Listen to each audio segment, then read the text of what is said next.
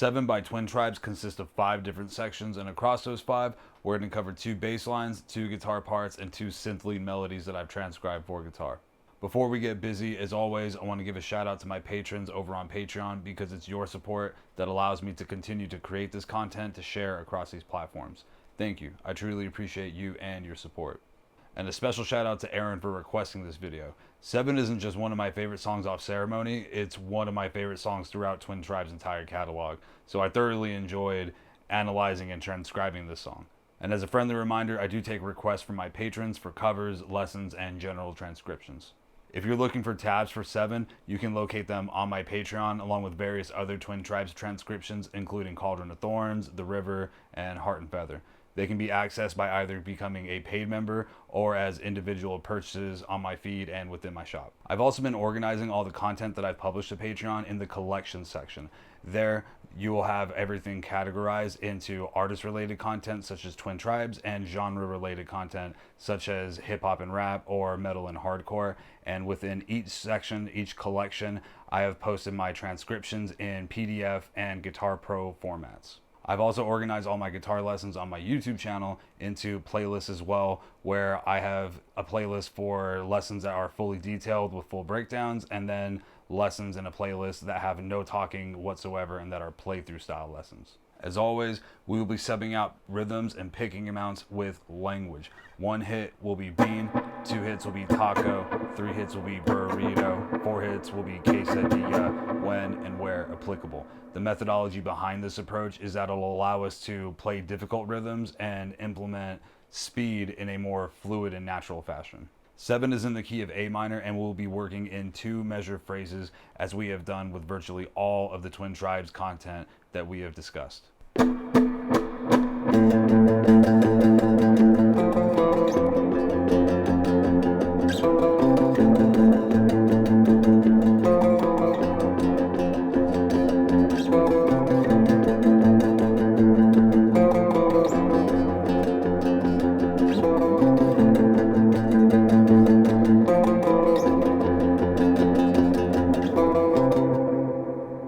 The intro, the verses, the interludes, and the choruses all consist of the same exact bass line in all 4 sections. So by learning 1 riff, we quadruple down on our time and we'll learn multiple sections. We are going to be playing 2 chords in this entire song, and those 2 chords are A minor and F major. And all of our bass riffs are going to outline those chords in these sections. We're going to be starting on the 5th fret of the 6th string with our index finger, and we're going to be playing straight 8th notes for an entire measure and a half. So we're going to hold down 1 and 2 and 3 and 4 and 1 and 2 and then we're going to add differentiation on beats 3 and 4. So on 3 and 4, we're going to go to the 5th string with our pinky on the 8th fret, and we're going to hit that twice, and then we're going to hit our ring finger on the 7th fret of the same 5th string twice. So those first 2 bars here are going to be 1 and 2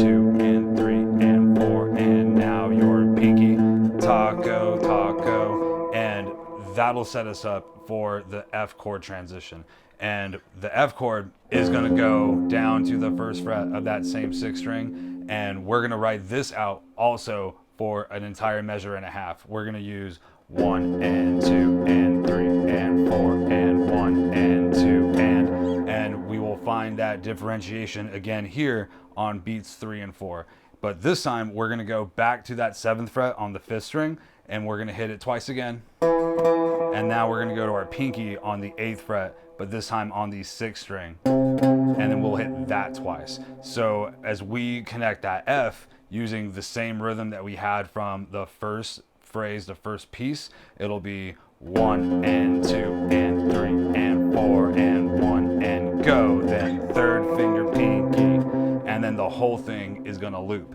When we have that first phrase and we're holding down this A minor, we go from this A, our root, up to the 8th fret, which is F, and then that sets us down to go to E on the 7th fret of that 5th string. And then as we go to the F on the 1st fret of that 6th string, that'll set us up to the transition on the same exact E that we had on the 5th string 7th fret, but then to that C on the 8th fret of that 6th string.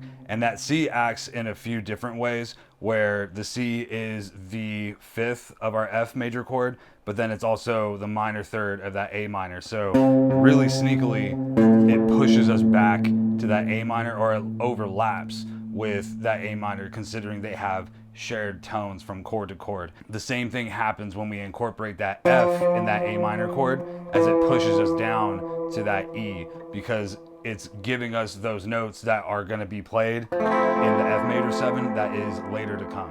Something that I've discussed at length when transcribing other instruments to guitar is that I like to keep the tonal integrity of the instrument that I'm transcribing as much and as often as I can. This being a bass line, I achieve that by playing on my thickest strings on the 6th and the 5th strings. However, Joel plays this on the open 5th string for that A, 1 and 2 and 3 and 4. Then the 4th string on the 3rd fret, 2nd fret for the F, and then the E. And that lets you sit a lot more closely to the 1st fret on the 6th string, because that is where he grabs that F, and he'll ride that out on that 1st string, or pardon me, on that 1st fret. 1 and 2 and 3 and 4 and 1 and 2 and 3 and 4 and he'll grab that E on the same 2nd fret of that 4th string, and then go back to our ring finger, but now this time on the 3rd fret of the 5th string for C.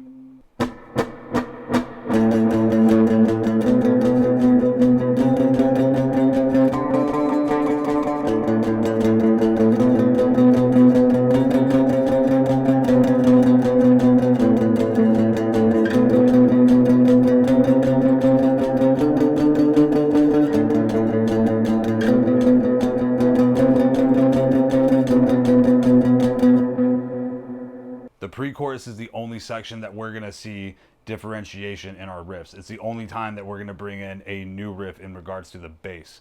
And here we're going to be playing over a static A minor chord as we ascend and descend from A to D, from our root to our 4th, from our tonic to our subdominant. I'm again playing this primarily at the 5th fret, and the notes that we're going to play are A, B, C, and D. And we're going to play A at the 5th fret of the 6th string, B at the 7th fret of the 6th string, C at the 8th fret of that 6th string with our 1st, 3rd, and pinky fingers, and then we're going to go down to the 5th fret on the 5th string for D with our index finger. However, depending on where we would want to put that D, there are times where I'm going to play it on the 6th string 10th fret, and I believe in the cover that I did, I only put it there.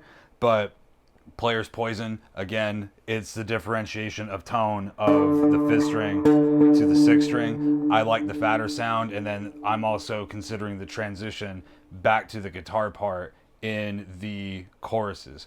But nonetheless, we are going to be playing straight 8th notes for every single note, and every single note is going to get its own bar, its own measure. So with that in mind, we're going to go with straight 8th notes with 1 and 2 from our 1st finger, A, go. 1 and 2 and 3, and then your 3rd finger, and 2 and 3, and then your pinky finger. And now you go down to the 5th string, and then we repeat back to A, and 1 and 2 and 3, and then your B with your 3rd finger, and your C with your pinky. But this time you go back to 3rd finger, B, and 1 and 2 and 3, and then our pattern is done. Because when we get back to that A and it cycles again, we will do the same thing and run it back the exact same way that we just did it. Now again, you can play this in this position and it will work, and you can drop that D on the 5th string 5th fret. You won't have to move anywhere, and it'll be all cool in the gang. But when I'm playing this, again, I'm thinking of tone. So a lot of the time I'm shifting up with my 1st finger from A, then I go to the B with my 1st finger, and then that sets up my middle to hit the C, the same exact 8th fret on the 6th string, but now just with my middle, and then that sets up my pinky to grab D on the 10th fret of that same 6th string that we were talking about earlier. And the same thing when we would do the second half, where we have A, B, C, B, I wouldn't need to move. I wouldn't need to transition. I can stay in that same position for that part. as opposed to having to do A, then I go to my B, first finger, then I go to my middle, and then I go back to my first, and then I have to shift again with my first finger back to A. I don't really see a point to double shift in that way, only when I'm going up and grabbing the D. But again, the way that I did this in the cover that I had posted is that after I'm playing this pre-chorus part, I go back to the chorus from the guitar part, or for the guitar part, with the guitar part rather. And if I'm finishing on my index finger on the second half of the second round when I'm doing A, and then the B, and then the C, and back to the B, that sets me up to go to the 10th fret,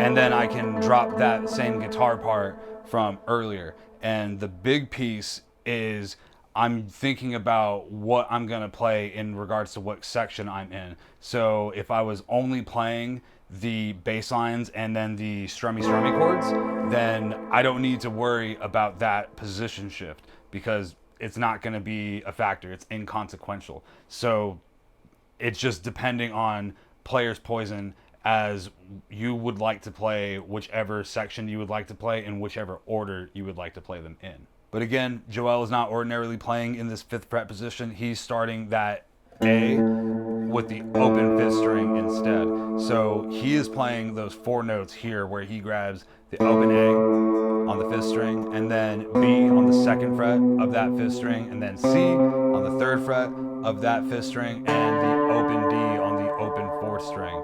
And there are our 4 tones that we're going to be playing for straight 8th notes for 1 bar apiece. And now here in this position, that would be 1, 2, ready, go. 1 and 2, and then your first finger. And now your middle on C. Here's an open 4th string, 1 and 2, and then the second half with A. And then here's your B, first finger, then your C. And now back to your B, 1 and 2, and then it repeats just like so. And we run it back in that position the same exact way that we discussed in the previous position. But again, player's poison where one chooses to play these notes because there's more than one position to do any one thing. Although the open positions is where he is playing them.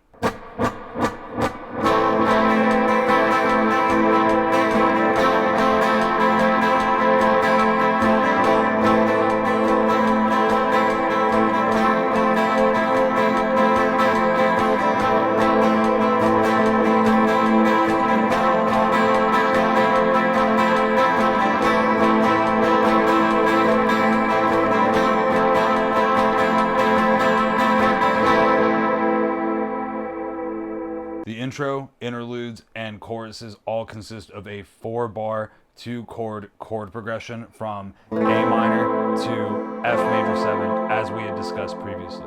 This entire section is being strummed on a steel string acoustic. I am going to keep using my electric because it is past midnight and actually it's 1:40 in the morning and my fiance is sleeping in the room next door. And I feel like I'm already pushing it most of the time when I'm recording these videos because with my tapping on my board or tapping on my footstool to keep the pulse, I don't know if my downstairs neighbors can hear that, but I don't want to exacerbate the situation by playing my steel string, which is for sure going to give me less control over my overall volume than what my electric has. And plus, when Luis is playing this live, he never plays this part anyways, and he's always on his steel strings. I mean, pardon me, his electric. So even if he did play it, I would think that he would use a cleaner tone or use some kind of an acoustic emulator versus, say, having to worry about switching from a steel string to an electric. But I don't know Luis. I don't know either one of these cats, and I'm not one to presume. This is just what I'm doing. But I don't think that he would hold it against us for playing this on an electric regardless. The 2 chords that we're going to play are going to get kicked off by our open A minor chord, which will be utilizing the open 5th string, our middle finger on the 2nd fret of the 4th string, our ring finger on the 2nd fret of the 3rd string, our index finger on the 1st fret of the 2nd string, and then our open 1st string. And it's hard to decipher in the mix because the strumming is not nearly as loud as, say, the main riff or the bass line or the really cool synth lead melody.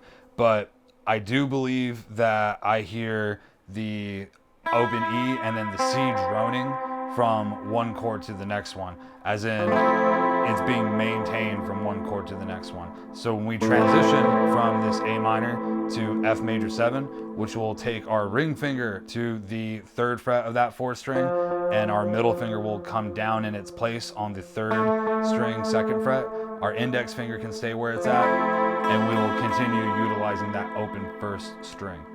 But again, I could be mistaken in that. I don't have the world's best ear, and I'm always open to being incorrect.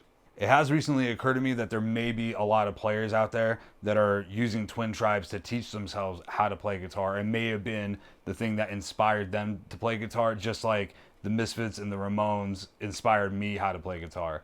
And with that, they may have not be used to playing open chords. So a way that we can tackle that and just get our fingers more accustomed to bouncing from these chord shapes is to give them a whole note and push through on beat 1, as in 1 and 2 and 3 and 4, and then we tie it and maintain it for the 2nd measure, so that way we can use that 2nd measure to transition and to get our chord to drop down on 1.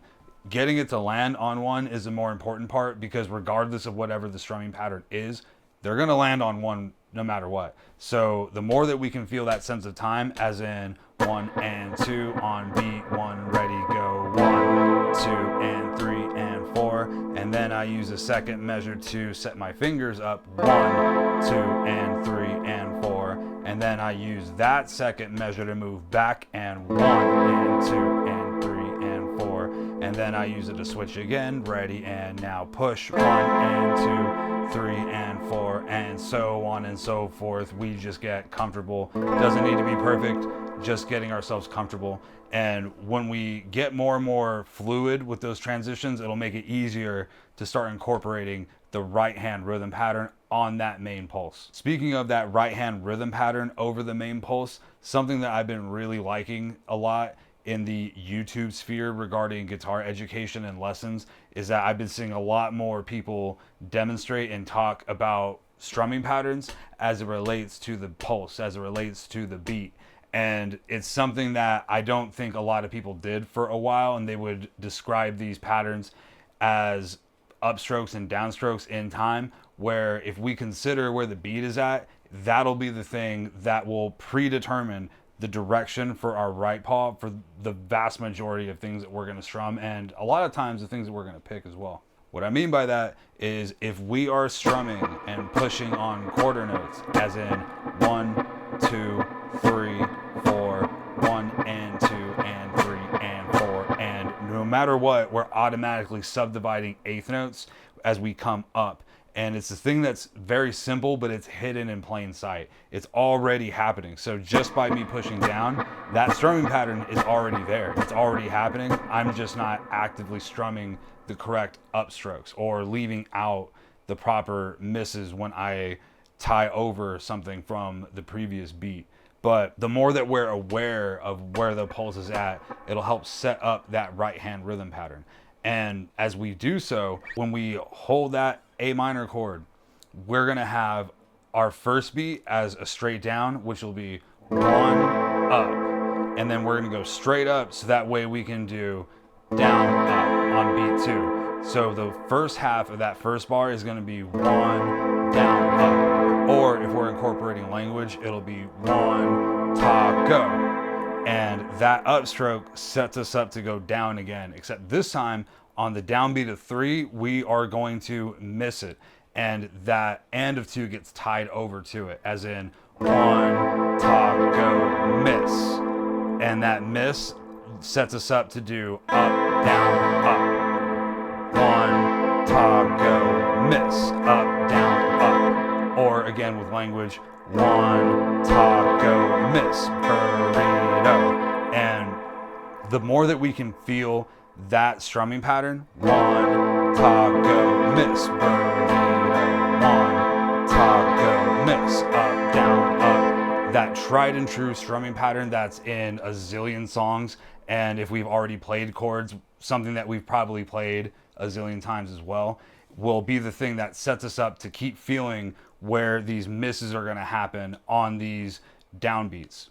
And speaking of where the misses are going to happen on the downbeats, we are going to miss on beat 1 in the next measure, as in 1, taco, miss, and 4, and 1, up, down, up, and then we're going to have another group of 3 that will set you up to miss again on the down of 3, and then to finish on 3, and 4, and. So that full pattern over that A minor chord is going to be 1 and 2 and ready and now go. 1, down, up, miss, up, down, up, 1 and 2 and 3 and 4 and. Or again, if we brought in the language concept, it'd be ready and now go. 1, taco, miss, burrito, miss, tortilla, miss, burrito. So that way, when we finish one of those words like burrito or taco, we know something's going to happen. It gives us a cue, it gives us a trigger for the change to occur.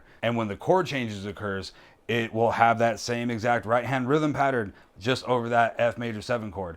And here it'll be ready and now go. 1, taco, miss, burrito, miss, and 2 and 3 and 4 and then we run it back and connect the entire thing without stopping. And altogether, that would be 1 and 2 and A minor now, ready, go. 1, 2 and 3 and 4 and 1 and 2 and 3 and then the change. 1, taco, miss, burrito, miss, tortilla, miss, and repeat, like so. If we are using this music to teach ourselves how to play guitar, or perhaps even these videos to teach ourselves how to play guitar, chords can be a bit of a pain in the ass versus, say, playing individual notes inside of a riff. Because with these riffs, more often than not, we'll have one finger, one note being played at one time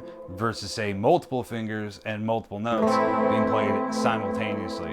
And we might have some buzzing, some fretting issues, some hand position issues, and here are some tips and tricks that we can use to get around that stuff. And also how we can develop a little bit of a cleaner sound if we're already used to playing this kind of stuff, but we are still, say, running into some issues where we might hit extra strings that we didn't intend. One of the most common occurrences, and something that I discuss when I'm teaching my lessons to my learners, be it tiny humans, teenagers, adults, senior citizens, whomever, is that when we start to fret these chords, a lot of the time our paw will come up too high and it will grip and block out the first string with this meaty, chunky part of our palm, with our flesh. So we want space in between the bottom of the neck and that part of our paw. And more often than not, it's due to our thumb position. Our thumb might be over the top. Our thumb might be almost parallel to the neck. Our thumb might be at the bottom. But when we're pushing through this, if we get our thumb to sit directly behind our fingers, as in if I'm putting my thumb directly in the center of the neck or approximately in the center, and then I pull the neck away, my thumb is right there to support my fingers, like I'm pinching something, literally like I'm squeezing from my finger to my thumb, and my thumb is bracing my index, middle, and ring fingers. And that way it opens up that spacing at the bottom. So that way I can get those first strings out a little bit cleaner and clear in each one of these shapes. The other part is our arm position, our hand position. And this will impact our fingers the most, because if I turn to the side with my hand pulled back too far, we'll see that it's pulling my fingers back. And as I pull back, pardon me, let me get a better angle. There we go. From right here, as my arm is pulling further towards the seat of my chair, towards my back, my fingers are coming further this way as well. And it's blocking out the strings underneath. And now my ring finger is blocking out anything that my index finger was gonna do. And my index finger is gonna be blocking out the open first string. And now I'm not gonna get anything. So the further that my arm goes forward, it'll assist in opening up that pocket of space that we had just discussed as well. So this will also push our fingers up a little bit more, so that way we get that curvature, that roundness in the ends of our fingers, our last knuckles, our phalanges, our distal phalanges. And these little things will go a long way in the setup that we did with these chords, where we were just pushing to feel where our beats are at. So that way, the more that we focus on the shapes themselves, even though we don't need our chords to be perfect or our rhythms to be perfect, or at least, you know, in my estimation, the big part is that those two things will go a really, really long way. Something else that can go a really long way is how we use our fingers to mute strings around them. And I refer to this as lazy playing. However, it's not actually lazy at all. It's a lot more work than it seems. It just looks lazy. Where when I'm playing that A minor chord, my thumb's pretty high over the top. But it's pretty high because I'm striking all the strings. And that sixth string sounds like trash when I isolate it. But you don't hear that in the full strum, because the 5 strings that I'm playing around that muted 6th string with my thumb are louder than what that mute is going to do. And when I'm going to my F major 7 chord, I'm keeping and maintaining my thumb in its spot so I can keep muting that 6th string, but now my ring finger is touching the 5th string. So that way I'm still hitting all 6 strings, but my ring finger is muting out that 5th string, so that way I can bounce back and forth without having to do as much work with my strumming paw. Some may refer to my thumb position as traditional or classical, and I do have a background in classical, so it does come from that in terms of proper technique. But again, when I'm talking to my learners, tiny humans, teenagers, adults, senior citizens, doesn't matter who it is, I relate the concept to fretting in relation to driving, in that when we take that driver's test, we need to keep both paws at 10 and 2 in order to pass the test, or we're going to get docked, and we can only get docked so many points before we're going to have to run it back. I do think you have like 3 tries before you have to pay again, but nonetheless, we're going to get docked points if we don't keep our paws at 10 and 2. And once we finish that test, we are free to drive however we want. There's not really anything that stops us from changing our driving grip. Some people will drive one paw over the top, which is for certain what I do with 95% of driving. Other people might go to the side, one arm, 2. Some people go from the bottom. Maybe it just depends on what position we are in traffic and such, if we're going downhill, whatever. But the whole idea behind it is that everybody's driving technique is going to be a little bit different, but it doesn't make it any less effective. And there is, say, a proper way to fix certain things, as we were talking about buzzing or flamming or muting, but at the same time, it's using proper technique to develop our own technique. If we do want to, say, use our thumb to mute or bring it up over the top, or if we do end up figuring out how to get that clean sound with our thumb, say, being completely flat and parallel against the neck.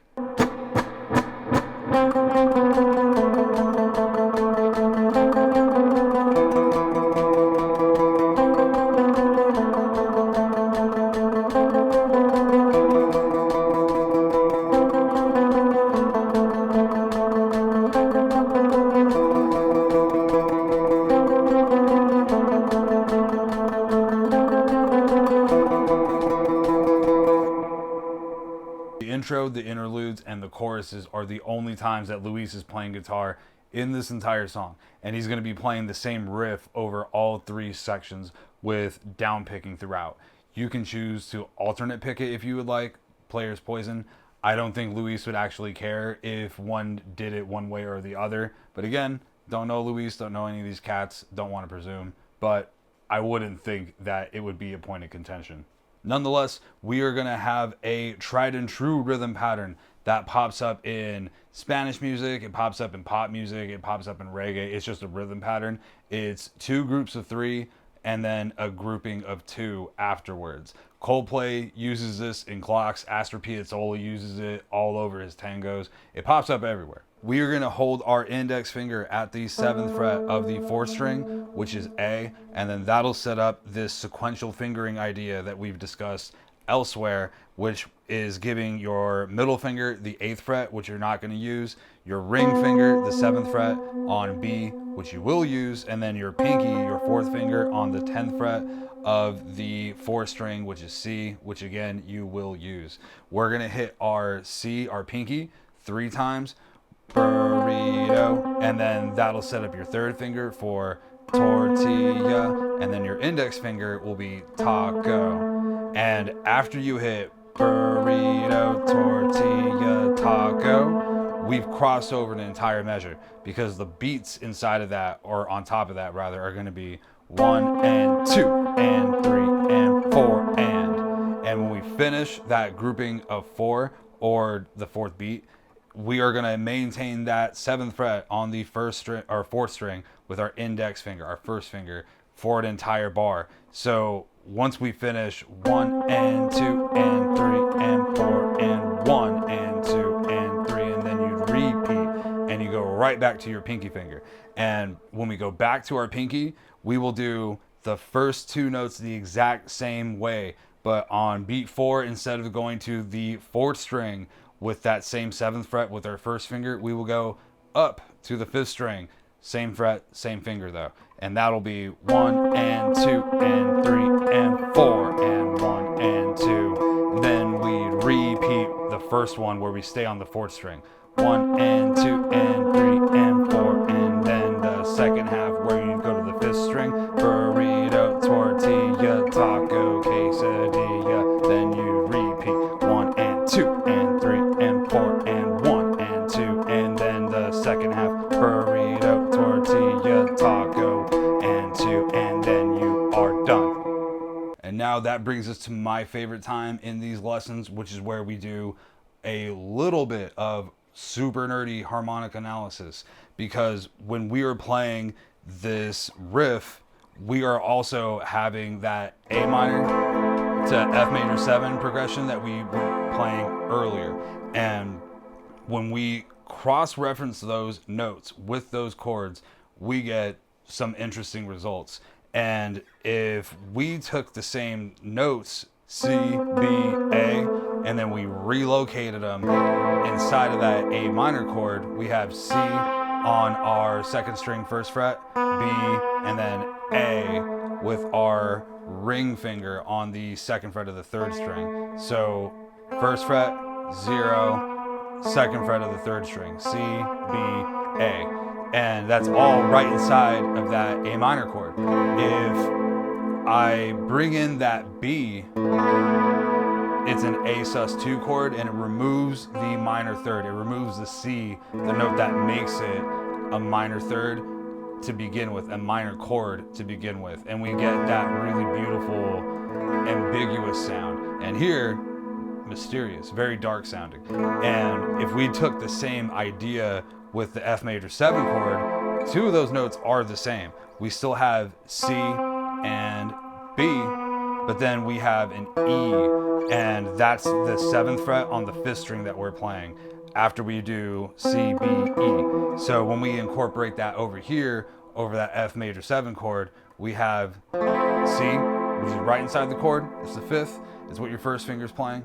And then if I pulled my index finger away to bring that B in, oh, really cool, really beautiful sound. Something that's a lot more mysterious than that 1st chord, or maybe just as mysterious, but it has a darkness to it, a tension to it. Something that pops up in flamenco or jazz a lot as well too, but even in a lot of post-punk stuff, where if we took an F major 7 chord and then we pushed through all the way without our 1st finger barring, a really gorgeous sound. And when we bring that E in, that is the note that's making it a major 7th, and that's what we're using over the top. And it's more food for thought, where if we bring in and cross-reference these melodies with these chords to see what's happening, or the sounds that they're giving us. The idea behind it is that if we're trying to write music similar to Twin Tribes, or we're trying to bring in some of these sounds where when we hear it, it's something that we are really into, then the way that we can do that is to analyze it harmonically. So that way, when we understand what's happening, we can control it and then incorporate it into music of our own elsewhere. But again, just food for thought in case we needed a snack.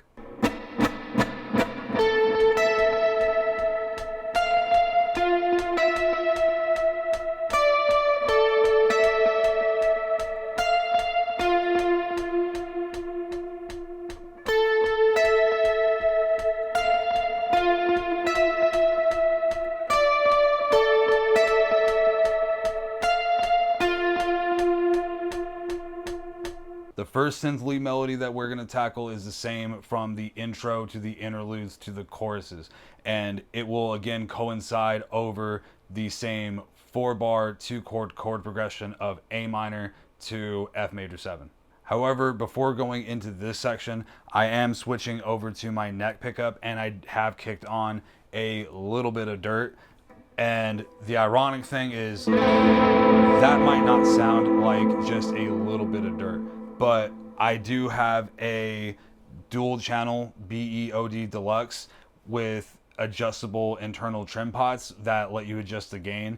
And I have the internal trim pots tweaked. I don't really remember what they're tweaked at this moment in time, but my lower gain channel is mostly low, and I have the gain rolled all the way down, along with very little presence and a tight switch that really tightens everything up. So that way there's just not as of a flubby kind of bottom end that I prefer with most of my other riffs, especially when I'm playing heavier stuff like deathcore or hardcore or something along those lines. But for the most part, they are the same exact settings that I use for most other things that require a lower gain tone, except with just a little bit of variance in the gain itself. The most important thing that we want to note with this first synth lead melody is where the roots from the chord progression are going to lie.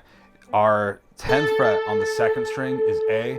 That will coincide with every A minor chord we're going to play. The 10th fret on the 3rd string is F, which will coincide with every F major 7. When we hit this first note, which will be the A on the 10th fret of the 2nd string, we're going to hold it until we get to beat 2.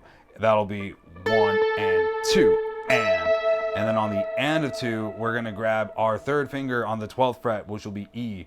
1 and 2 and 3 and 4 and 1 and 2 and 3 and 4. And then on beat 3 of the 2nd measure, which will be the 2nd half of that A minor chord, we're going to grab our pinky on the 13th fret of that 1st string, which is F, leading us to our lower F. They are octaves of one another. And the big part, as we hit that F, the rhythm will mostly be the same here. 1 and 2 and 3 and 4 and 1 and 2 and 3 and 4. Except on beat 3 in the F major 7, we're going to go to the 10th fret of the 1st string, which will be our D. So that whole thing, the first time around, is going to be 1 and 2 and ready, 10th fret, go. 1 and 2 and 3 and 4. 1 and 2 and 3. Then the 3rd string, 1 and 2 and 3 and 4. 1 and 2 and then 3 and repeat.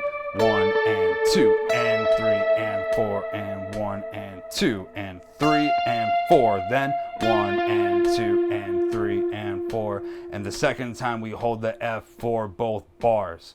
And that'll be the entire thing.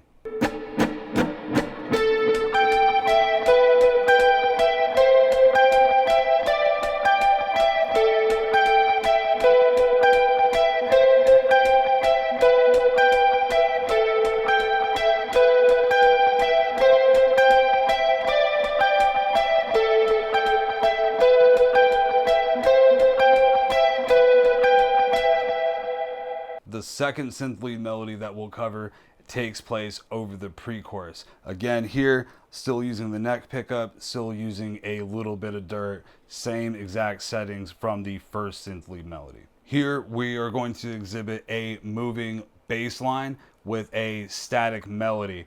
The moving line will go from the third string with the static melody being on the second string. And when we have this bass line, our notes from the third string are going to be the A on the 14th fret of the third string, B on the 16th fret, C on the 15th fret, and then D on the 17th fret. And the pattern for the movement is going to be A, and then we go to B, and then we go to C, and then we go to D, and then the second time we do A, and then we go to B, and then we go to C, and then back to B. And if that sounds familiar, it's because it's mirroring the bass line from the pre-chorus, where we took the A to B to C to D, and then the second time we did A, B, C, and back to B, and then we did the loop. And in addition to that moving line, we are incorporating our ring finger on the 19th fret of the second string, which is G, and then that'll set us up to go to the 17th fret, which is our E. And from this 20th fret to this from the 20th fret to the 17th fret is what will be between each one of these moving notes. And when we have the pulse, it'll be 1 and 2 and 3 and 4 and 1 and 2 and 3 and 4, 1 and 2 and 3 and 4, 1 and 2 and 3, and then we do the second half, 2 and 3 and 4, 1 and 2 and 3 and 4, 1 and 2 and 3, and then the B and 1 and 2 and 3 and 4. So the more that we can separate what's happening from one string to the next one, it makes it easier to put it back together, especially under the lens, or through the lens rather, of what we did from the bass line in the pre-chorus. Unfortunately, there aren't too many language tricks that we can incorporate here, but I do feel it's a lot more beneficial to incorporate where the pulse is at and counting on the beats, especially in regards to hitting that second hit on the and of 2, which is the same and of 2 that we hit back here in the first lick, in the first synth lead melody, when we did 1 and 2 and 3 and 4, 1 and 2 and 3 and 4. It's just a different note, but the idea of coming in on that and of 2 is the same from one to the next one. But the more that we feel where the beat is at, and again, looking through that bass line lens into this section, goes a really, really long way for getting this part down and making it more simple. Thank you for taking the time to watch this video and check out my content. I greatly appreciate it.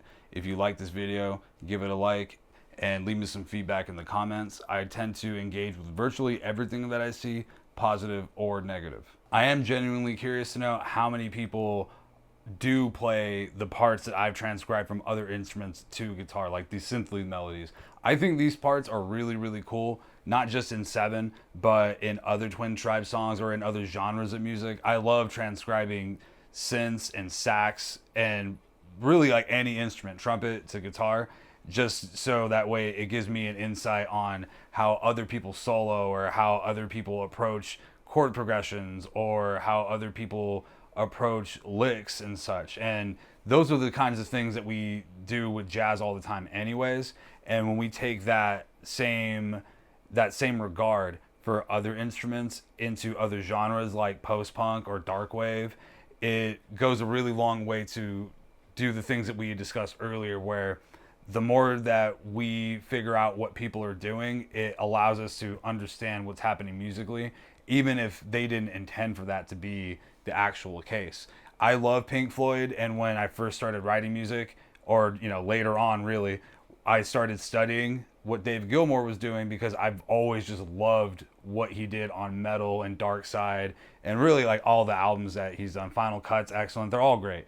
But the more I could understand what he was doing over a chord progression, or what he did to make a chord progression sound the way that it did, darkness or modal mixture, those kinds of things, it allowed me to incorporate those ideas into my own writing. I recently dropped the first episode in a series that brought me to doing content creation in the first place, which is teaching other people how to play, or how to teach rather, with limited experience. If you haven't taught before, or you've been playing for years and you've been thinking about doing a lesson here and there, or maybe you have done a few lessons and you want to expand your studio, the idea is that it'll give you a blueprint for engaging guitar lessons, so that way you can grow your studio and perhaps make teaching and music more of your regular income. Or if you just wanted to open up another revenue stream for yourself, the idea is that it'll be another educational resource for you to pull from. Again, it's the reason that I started doing content creation in the first place, because I want to create a larger community of guitar players that can do music full time. And I'm very aware that I'm lucky to be in this position that I'm in, where I do get to do music full time. And I would love for other people to feel more confident to be able to enter that role, or to be able to create their own communities around them wherever it is that they reside, especially if those opportunities aren't currently readily available. But aside from that, what shows are you guys going to? Has anybody seen Twin Tribes this year? I would have loved to go see them when they were doing the big festival, I think in March or April in Santa Ana, where it was them, Caifanes, the Addicts, a ton of really excellent bands. I mean, I would have loved to have caught the Addicts. I listened to the Addicts a lot when I first started playing guitar. Songs like Chinese Takeaway, stuff like that, is like, those are the things that really taught me. I mentioned earlier Misfits, Ramones, those kinds of bands. Those were the things that I used to teach myself how to play guitar. Now, 20 plus years later, I'm teaching it here on YouTube, and it's all kind of come full circle, really. But there are a lot of really cool 20th anniversary shows popping up. Brand new, just announced that they're gonna do the God and the Devil Are Raging Inside of Me. Hopefully I'm gonna catch one of the dates in November. I did see them like 7 years ago, and man, they were excellent. All Shall Perish, deathcore band from the MySpace era, just announced that they're gonna come to my city in early September, doing the big album for me that I was really into, which is The Price of Existence in its entirety. Can't wait to see that. Never got to catch them back in the day, and now getting to see them with disposable income. Speaking of which, Bring Me the Horizon is about to drop the 20th anniversary of Count Your Blessings, and they're gonna do a re-recording. Mind-blowing stuff. Can't wait for that. Allegiance by As Blood Runs Black just turned 20 this month. Crazy time for music, crazy time for guitar in general, crazy time for me to relive all this stuff. Can't wait to go to a lot of these shows, and I'm hoping that more of these bands are gonna come closer to me. Thank you again for your time, and enjoy your day. Peace.